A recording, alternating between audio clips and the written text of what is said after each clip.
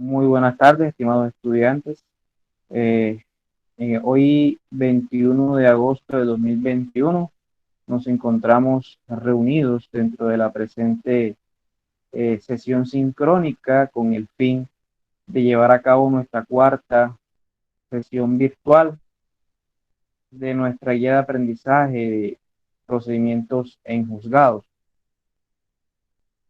En sesiones pasadas tocamos como temática lo referente a los funcionarios que prestan una ayuda o, bueno, aprendimos a diferenciar lo que era el término eh, de funcionario judicial y el de auxiliar de la justicia. Son dos personas o dos clases de sujetos que tienen una o despliegan una actividad loable para el buen despliegue de desarrollo, perdón, de la administración de justicia. El funcionario judicial es quien está adscrito, ya sea en propiedad o en provisionalidad, en uno de los cargos de la rama judicial del poder público y pues es en mayor medida el encargado de tomar las decisiones o las personas que se encuentran dentro de un despacho judicial y le prestan una ayuda al juez de la República para el buen despliegue de sus actividades. Y el auxiliar de justicia, como lo habíamos dicho en la clase pasada, es simplemente una persona, es un tercero y una persona que no se encuentra adscrita directamente con la rama judicial del poder público, pero presta una ayuda ocasional a la rama judicial del poder público cuando ésta sí lo requiere, ¿sí? Vimos como ejemplos, por ejemplo, los secuestres, vimos como ejemplo, por ejemplo, los peritos, como ejemplo, los contadores, etcétera, etcétera, etcétera, ¿cierto? Entonces, hoy vamos a empezar a hablar sobre un tema bastante interesante, es decir, con respecto a los procedimientos y los documentos que encontramos o los documentos que se manejan dentro de un despacho judicial, ¿sí? Eh, Eso nos va a servir de gran ayuda para efectos de la práctica dentro de un despacho judicial o en el evento en el cual nos desempeñemos en algún momento dentro de uno de estas instalaciones, pues obviamente vamos a tener o vamos a llegar con un gran conocimiento con respecto a los documentos y los procedimientos que se llevan a cabo dentro de un despacho judicial. De igual manera, la próxima clase vamos a tocar los documentos que en mayor medida desplegamos en nuestra actividad los abogados litigantes y los terceros, los apoderados, como por ejemplo las demandas, los poderes y las notificaciones, entre otras situaciones. Entonces, hoy nos vamos a dedicar única y exclusivamente a lo que son los documentos y los procedimientos que se llevan a cabo dentro del despacho judicial. Entonces, para ello, entonces, voy a compartir unas diapositivas. Denme un segundito, muchachos.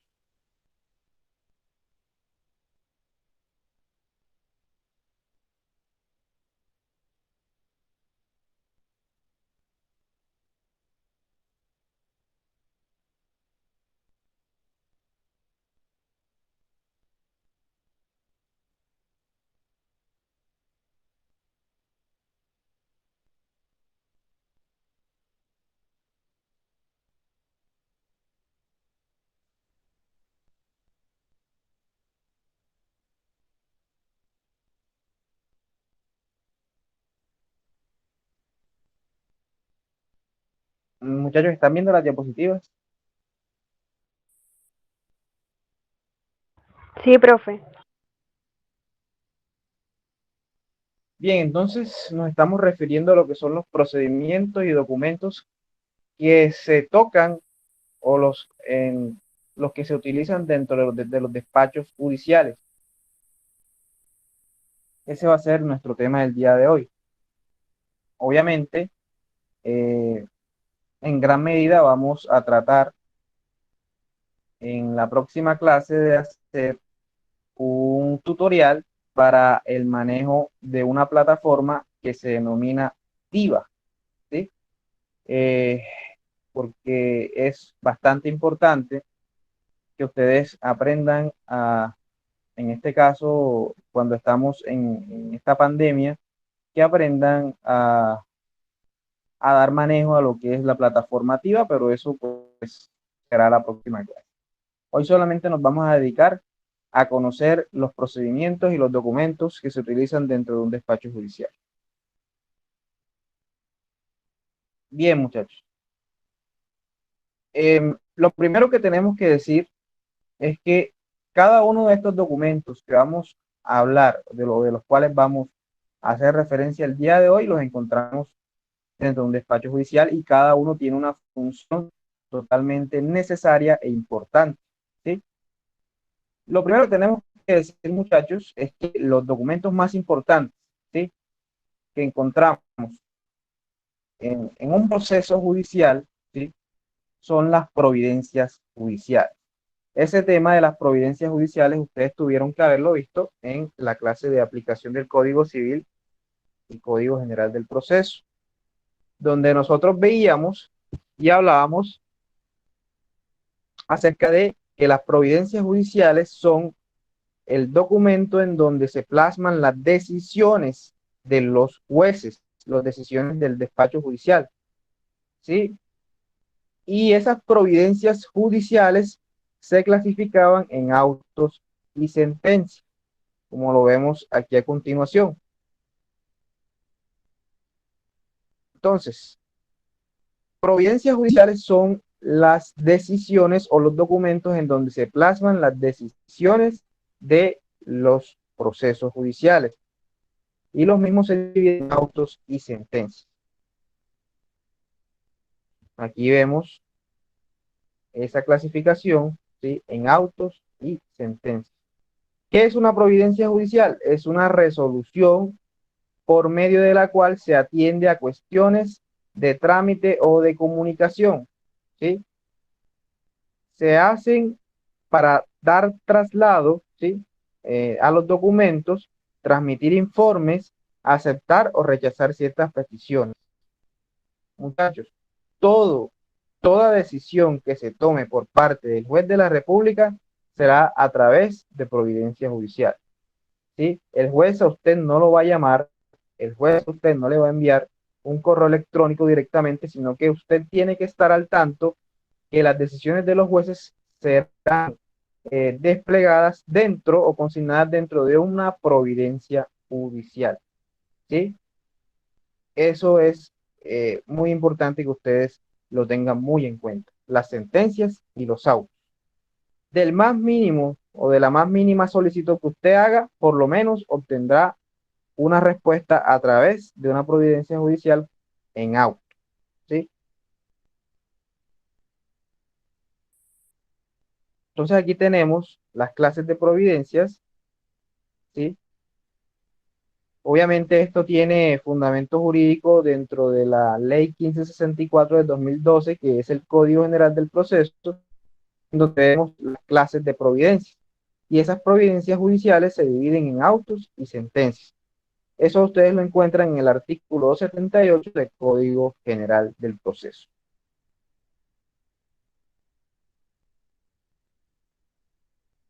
Entonces, ¿qué son los autos? Los autos, como ya lo dijimos, es una providencia judicial, es una resolución judicial por medio de la cual el despacho o el tribunal se pronuncia sobre las solicitudes que hagan las partes, ¿sí? Allí da resolución a todos los incidentes, a todos los trámites que se lleven a cabo dentro de un despacho judicial, dentro de un proceso judicial. A su vez, los autos se dividen en autos interlocutorios y en autos de sustanciación, ¿sí?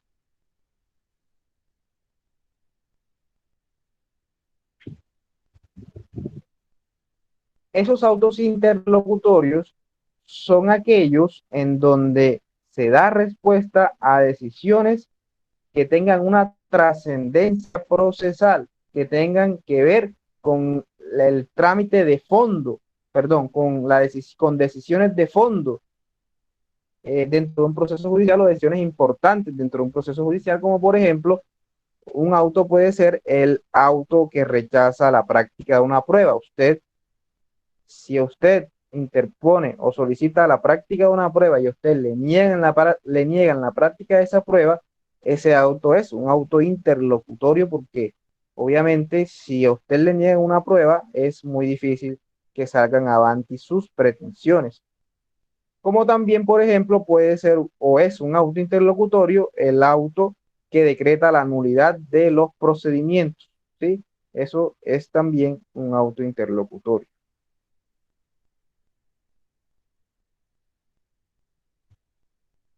Dentro de los autos interlocutorios, esas decisiones, ¿sí? Son decisiones que afectan los derechos de la parte o la validez del procedimiento, lo que acabamos de decir.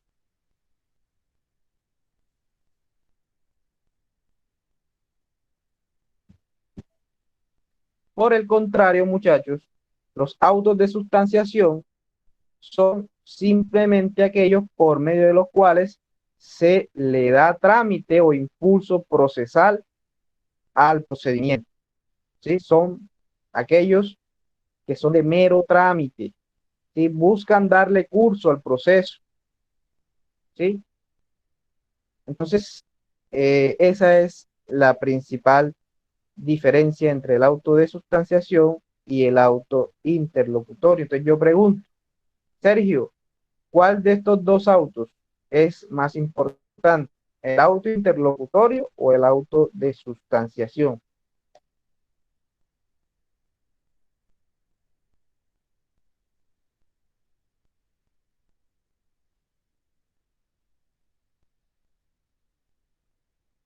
Sergio o Angie, por favor,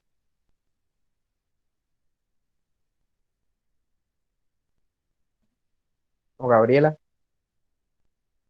¿cuál de estos dos autos, el auto interlocutorio o el auto de sustanciación, tienen mayor importancia o hay que prestarle mucha más atención dentro de un proceso judicial, dentro de su expediente, el que el abogado maneja en su oficina? Angie, por favor, ¿me estás escuchando? Sí, profesor. Sergio, cuéntame, Angie, ¿qué piensas tú?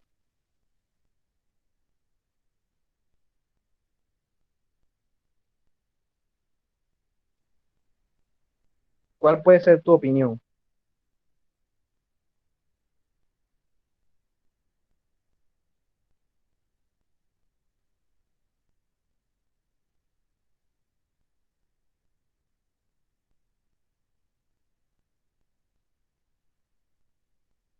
Sergio, Gabriela, ¿están por allí?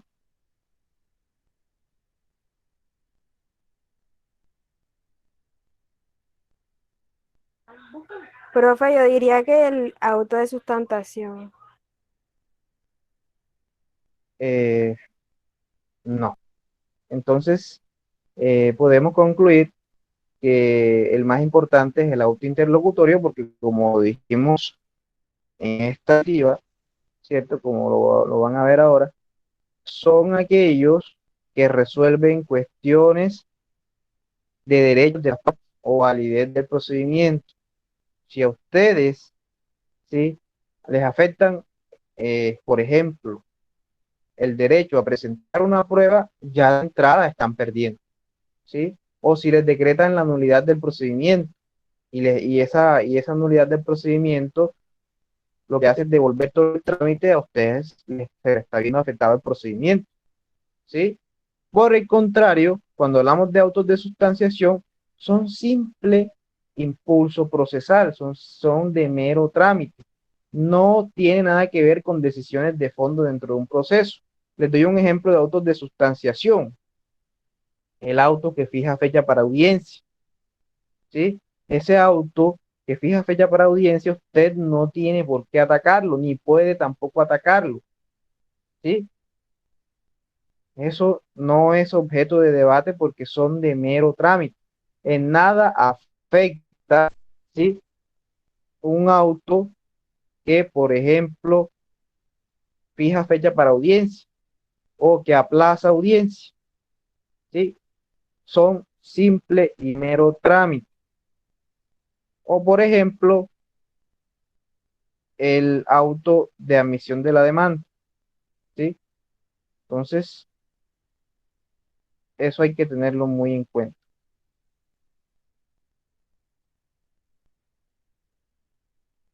¿Quedó claro eso, muchachos?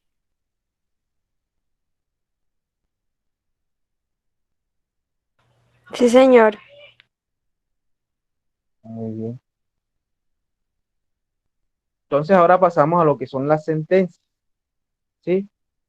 La sentencia es también una providencia judicial que emite un juez de la República u obviamente un tribunal superior de esto, ¿sí?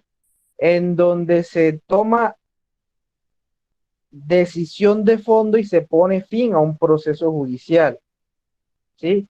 La sentencia es lo que uno busca dentro de un proceso. Obviamente que esa sentencia sea favorable a los intereses de nuestros clientes, ¿sí? Y esas sentencias tienen una división o una clasificación y podemos desplegarla de la siguiente manera: sentencias de única instancia, sentencias de primera instancia o sentencia de segunda instancia, ¿sí? Cuando hablamos de sentencias de única instancia, son aquellas decisiones o sentencias en contra de las cuales no procede recurso, porque así lo ha determinado el Código General del Proceso. ¿Sí? Son procesos que tienen única decisión y contra ello no procede recurso.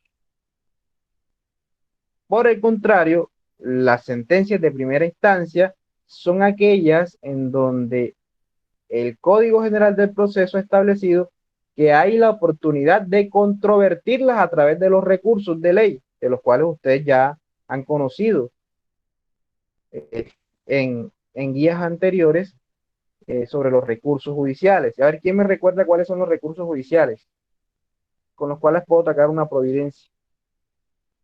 Apelación. Muy bien. Apelación, sí, señor. Recuerden que las sentencias no se reponen. Y simplemente el único recurso procedente para las sentencias es la apelación, ¿sí?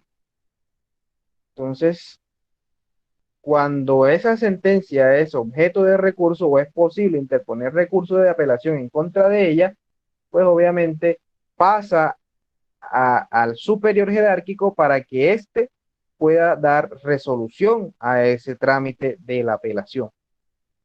La resolución o la decisión del juez de segunda instancia, ¿sí?, que resuelve el recurso de esa sentencia, se denomina sentencia de segunda instancia, porque saben, ya hubo una primera instancia en donde el inferior jerárquico tomó la decisión y este superior la revisó y posteriormente decidió si la deja igual, es decir, si confirma la decisión, si la revoca o si adiciona o si simplemente pues si aclara algunos aspectos de la sentencia. Entonces, dentro del proceso judicial, estos son los dos documentos o eh, los dos documentos a los cuales tenemos que prestarle mucha atención porque son los definitivos para nuestros intereses o los intereses de nuestros clientes. Sobre todo los autos interlocutorios y las sentencias judiciales, porque ambas, pues, las sentencias obviamente ponen fin al proceso, decide de fondo el asunto y el auto interlocutorio son decisiones que se toman importantes con respecto al proceso, como por ejemplo el rechazo de la práctica de una prueba, ¿sí?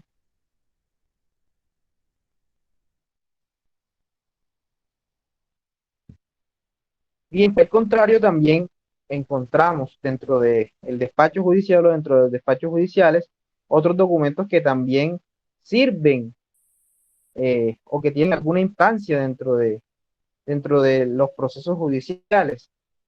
Por ejemplo, los oficios, ¿sí?, ¿Qué es un oficio? Es una pieza judicial que se utiliza para comunicar una resolución o solicitar un informe. ¿Sí? Muchachos, toda decisión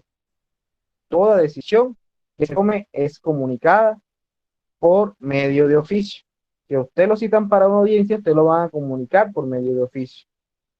Si se decide sobre el veto de medidas cautelares, usted tiene que entregarle un oficio para llevarlo a la entidad en donde usted va a interponer o radicar esa medida cautelar, ya sea embargo, secuestro, etcétera, etcétera, etcétera.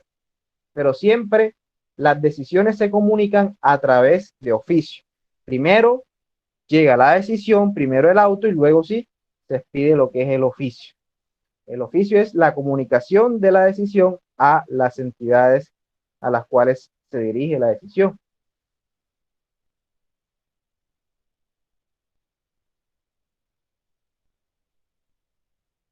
¿Quedó claro, muchachos?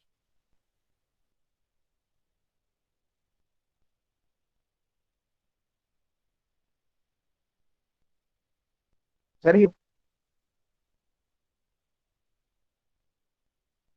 Sergio, que es que no te sirve el micrófono.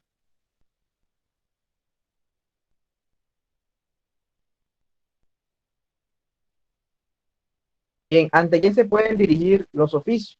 Se pueden dirigir a eh, otros magistrados, otros jueces, ¿sí? Para solicitar informes o remisión de expedientes. ¿Sí? Por ejemplo, si en un proceso judicial hay un trámite hecho en otro proceso que nos interesa o que nos va a servir como prueba o como pieza importante, pues nosotros a través de oficio le solicitamos al otro juez que envíe esa pieza procesal para el estudio dentro de este proceso. También se pueden enviar oficios a funcionarios diferentes de los diferentes juzgados para solicitar informes o revisión de expedientes. También a entidades públicas o privadas para comunicarles la decisión, pues, en cuanto a inscripción de alguna medida cautelar, por ejemplo, como lo habíamos dicho anteriormente.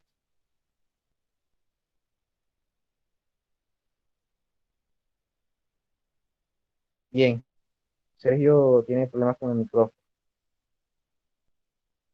Em, las actas, ¿sí? Ya llevamos varios documentos. Las providencias judiciales que se dividen en autos y sentencias, ¿sí? Las mismas o los autos se dividen en autos interlocutorios y autos de sustanciación, a su vez las sentencias en única, primera y segunda instancia. Los oficios, ¿sí? Que comunican las decisiones que se toman en los autos y además las actas. ¿Qué son las actas?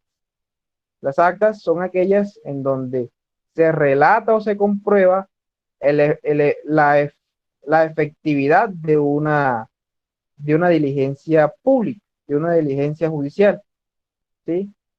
Ese documento sirve para dejar constancia de un acto que se lleva a cabo dentro de un proceso, ¿sí? Por ejemplo, un peritazgo, por ejemplo, una audiencia, por ejemplo, un secuestro, ¿sí?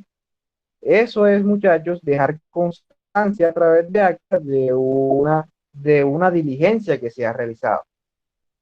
Cada uno de estos documentos o piezas procesales dentro de los despachos tienen una función particular e independiente. Siempre que se ve, por ejemplo, una audiencia, vamos a encontrar actas, vamos a encontrar oficios, vamos a encontrar también autos. Dentro de las mismas audiencias se toman decisiones. Obviamente, esas decisiones se toman en la misma audiencia y si contra ellas procede recurso, obviamente ustedes tienen que interponerlas en la misma audiencia.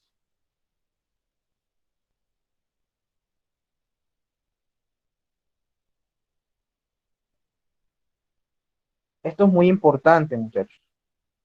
Los estados, porque son un documento, los estados son un documento en donde se da a conocer a las partes acerca de ciertas decisiones que se toman dentro de un proceso judicial, ¿sí?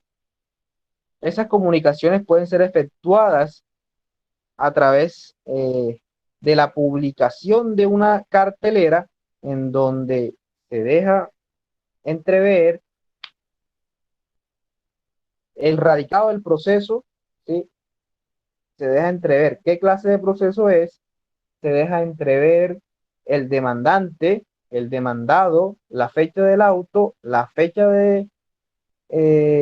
en el cual se está notificando a través de estado y una parte donde se hace un resumen muy corto de lo que trata la sentencia. En la próxima clase vamos a tratar de hacer un tutorial del manejo de el TIVA en donde vamos a llegar a lo que son los estados. Entonces les recomiendo que la próxima clase, los muchachos que más el día de hoy, por favor, se conecten porque es importante que no pierdan esa clase. Y ojalá pues esté para que puedan eh, de pronto ustedes, ¿sí? Ustedes compartir pantalla de su celular o de su computador y hacer los ejercicios para que aprendan cómo se maneja la plataforma TIVA. Entonces yo los invito a que por favor la próxima clase no falte, ¿sí?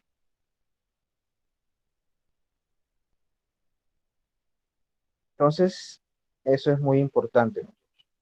Entonces, los estados, ¿usted dónde los encuentra? Normalmente, antes de pandemia, usted los encuentra en las afueras del despacho judicial, en una cartelera, en donde diariamente se publican esos estados para dar a conocer ciertas decisiones. Ahora, como estamos en la época tecnológica y además en pandemia, la forma de dar a conocer esas situaciones, esas decisiones, se hace a través de la plataforma TIVA. ¿Listo? La plataforma TIVA es la herramienta en donde ahora se están publicando lo que son los estados judiciales, que obviamente ustedes saben que los estados o la notificación por estado se encuentra dentro de lo enmarcado, dentro de el Código General del Proceso. ¿Sí? ¿Quedó claro eso, muchachos? Gabriela, Sí, señor. Angie, Sí, muy profe. bien. Entonces, de verdad que los invito a que la próxima clase no falten porque será un tema muy interesante.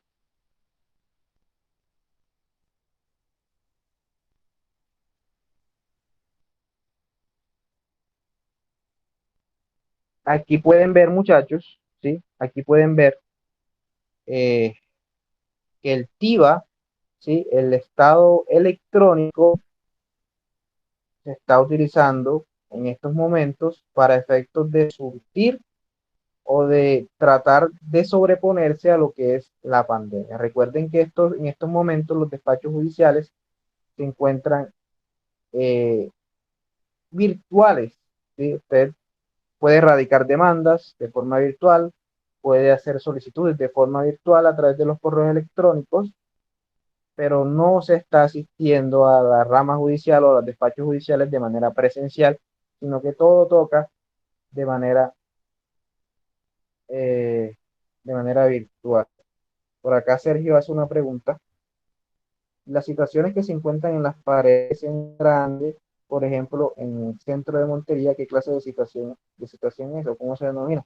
Esos, Sergio, eso de lo cual tú haces referencia, esos no son citaciones, ¿sí? Esos son notificaciones, ¿sí? Esas notificaciones son edictos emplazatorios, ¿sí? Eso se hace para efectos de que cualquier persona con interés en ese bien, pues conozca que se está llevando a cabo, por ejemplo, un proceso de pertenencia o una sucesión. Tú sabes que muchas veces, para efectos de lograr que las personas que tengan interés, ¿sí? O en esas personas, pues la única forma es a través de dicto emplazatorio, que son esas carteleras donde tú ves la clase de proceso, ves el nombre del demandante, el nombre del demandado, pero no es un estado como tal ni citación, sino una simple notificación por edicto emplazatorio.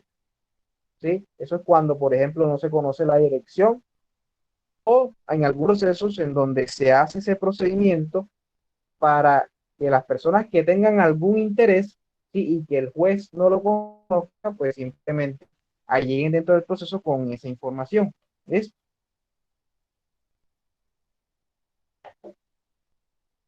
Bien, Sergio. Espero que haya quedado resuelta tu pregunta.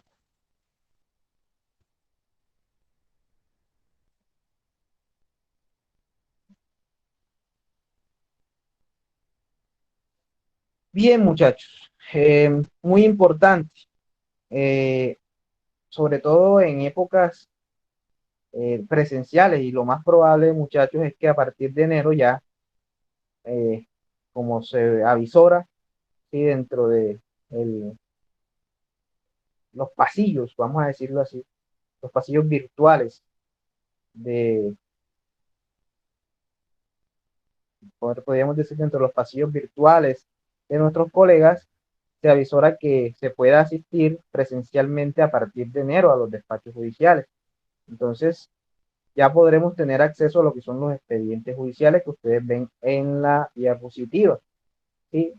Muy a pesar de que se haga todo lo posible por acceder a esos procesos de manera virtual, nunca va a ser igual tener un expediente en el cual nosotros tengamos todos los documentos necesarios para efectuar nuestros trámites. Nunca va a ser igual, ¿sí? Aunque uno debe amoldarse, ¿cierto? A veces es necesario tener el expediente en mano porque a veces un documento se extravía o la carpeta se extravía y uno no está exento de eso, ¿sí? Entonces, un expediente es el conjunto de documentos que corresponden a una determinada cuestión o proceso judicial, ¿sí? Dentro del expediente que se encuentra en el despacho judicial, ¿sí? Usted va a encontrar todo lo histórico que se ha hecho referente a este proceso. Desde la demanda, desde el escrito de demanda, hasta llegar a lo que es la sentencia judicial, ¿sí? O la resolución del recurso, porque el expediente, una vez se interpone apelación, se surte al superior jerárquico. Entonces, eso tienen que tenerlo muy en cuenta. El expediente es un conjunto de documentos que son muy importantes para nosotros los abogados y obviamente para ustedes como auxiliares jurídicos.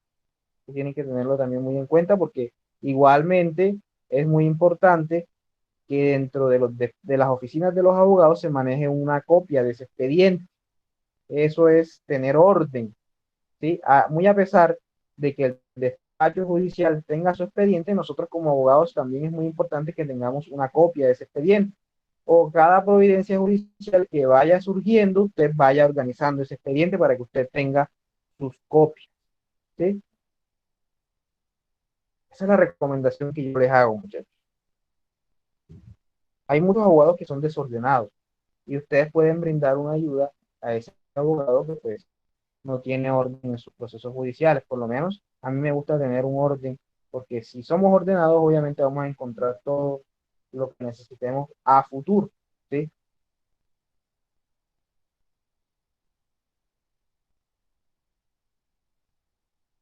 Dentro de bueno, de algunos despachos judiciales, se incluyen lo que son los libros, ¿sí?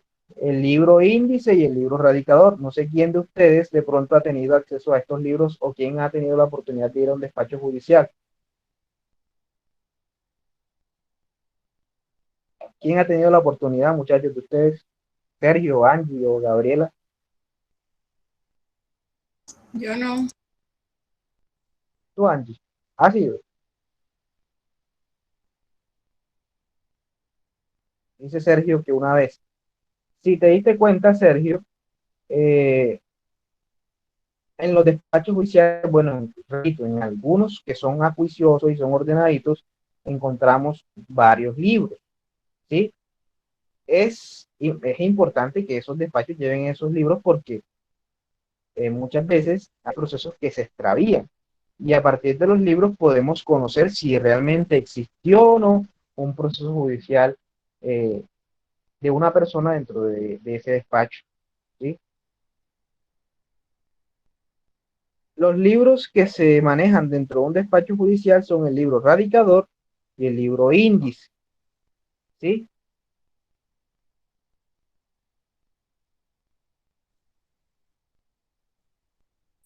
El libro índice, muchachos, ¿sí? El libro índice es, en donde usted de primera mano, por el nombre del demandado, ¿sí? Puede hacer la búsqueda, ¿sí? Por orden alfabético. Usted hace la búsqueda por orden alfabético del nombre de la persona que fue demandada, y así de esa manera por años, o sea, es decir, usted va a encontrar libro índice del año 2012, 2013, 2014. Y si usted más o menos tiene una idea de cuándo por lo menos se pudo haber radicado la demanda, usted puede llegar a ese proceso a través del libro índice, porque todos los procesos que llegan al despacho judicial tienen que hacer inscripción por el libro índice y posteriormente el libro radicador. En el libro índice solamente se va a radicar o se va a escribir el nombre del demandado, ¿sí? O a veces hay algunos juzgados que colocan los datos del demandante, los datos del demandado, para efectos de posteriormente encontrar el libro radicador de qué año y además en qué folio del libro radicador se encuentra ese proceso judicial, porque posteriormente hay que anotar ese proceso judicial, ¿sí? Dentro del libro radicador, y en ese libro radicador, además de colocar todos los datos del proceso, hay que colocar todas las actuaciones que se vayan desarrollando dentro de ese proceso judicial. ¿Sí? Es como, por ejemplo, una guía, ¿sí? Para poder dar búsqueda a los procesos judiciales. Estos libros se encuentran única y exclusivamente en los despachos. ¿Sí? Muchas veces, por ejemplo, son procesos muy viejos y la única forma de encontrarlos es a través de los libros. Entonces, eso es muy interesante. Obviamente me hubiese gustado hacer alguna práctica con ustedes, llevándolos a los despachos para que conozcan esos libros, pues, pero ahora se hace imposible por lo de la pandemia esta del COVID-19. Y hubiese sido genial poder asistir a un despacho judicial y solicitar, bueno, atendiendo pues que pues hay muchos conocidos en estos despachos por parte de suscritos, y pues por ejemplo podríamos irnos en grupitos y de pronto hacer búsqueda de algunos procesos para que ustedes vean cómo funciona esa búsqueda. Pero entonces allí, en la medida de lo posible, ustedes ya van conociendo que en el libro índice usted va a encontrar el dato del folio, ¿sí? Del proceso dentro del libro radicador. Y así de esa manera usted no va a tener que ir buscando libro hoja por hoja dentro del libro radicador, sino que simplemente va al libro índice y va a buscar el folio. ¿Sí? Ya cuando tenga el folio y de qué año es el proceso, usted simplemente busca ese folio, busca ese libro de radicador de ese año y tiene acceso a las actuaciones de ese proceso judicial sin ni siquiera haber visto el expediente. ¿Sí? Sin haber visto el expediente ya usted tiene una idea de lo que se ha hecho en ese proceso. Ojo, si el juzgado es acuicioso y si es bastante juiciosito, hay unos que sí, hay otros que está en veremos. ¿Sí? Eso depende de los funcionarios públicos, de los funcionarios judiciales, de los cuales hablamos. Hay unos buenos, hay unos medio buenos y también hay unos ahí que ustedes saben. ¿Sí? Entonces, esos son los libros, muchachos. ¿Tienen alguna pregunta? Libro índice y libro radicador.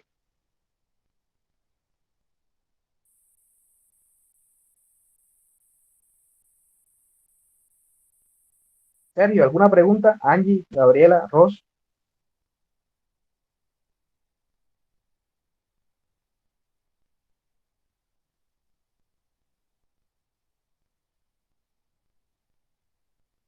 Bueno, dice Sergio, todo claro.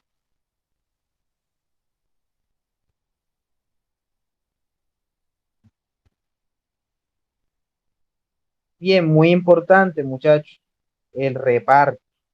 Cuando usted va a radicar la demanda o cuando usted va a radicar una demanda, ¿sí? Lleva obviamente sus paqueticos, eso se los expliqué yo, bueno, los que dieron conmigo la guía de aplicación del Código Civil y Código General del Proceso, eh, de que cuando se va a radicar la demanda o una demanda, usted tiene que llevar el paquete o el escrito de demanda con sus anexos original, la copia para el expediente, ¿sí? Y además, dependiendo de la cantidad de demandados, usted tiene que aportar una copia para cada uno. Es decir, si son dos demandados serán 4 paquetes, si es un solo demandado serán simplemente 3 paquetes y así sucesivamente, muchachos. Cuando usted radica esa demanda en la oficina judicial, a usted lo primero que le van a entregar es una hoja de reparto. ¿Qué va a contener esa hoja de reparto? Le va a contener en qué juzgado le cayó su proceso. Ustedes recuerden que muchas veces usted tiene que someter a reparto los procesos porque no aquí en Montería, por ejemplo, no hay un solo juez laboral del circuito, sino que hay 5. Entonces, a partir de ahí usted va a conocer si realmente le cayó en un buen juzgado o si de pronto le cayó en un juzgado no tan bueno, ¿sí? Si le cae, por ejemplo, en el quinto laboral del circuito, dése por bien servido, ¿sí? Por el resto, sí, no diré más nada. Hay otros muy buenos, ¿sí? Los juzgados civiles también son acuiciosos. En la mayoría de lo posible, pues siempre hay unos despachos que son bastante lenticos, pero es, eh, es entendible, puesto la gran carga de procesos que tienen algunos despachos judiciales.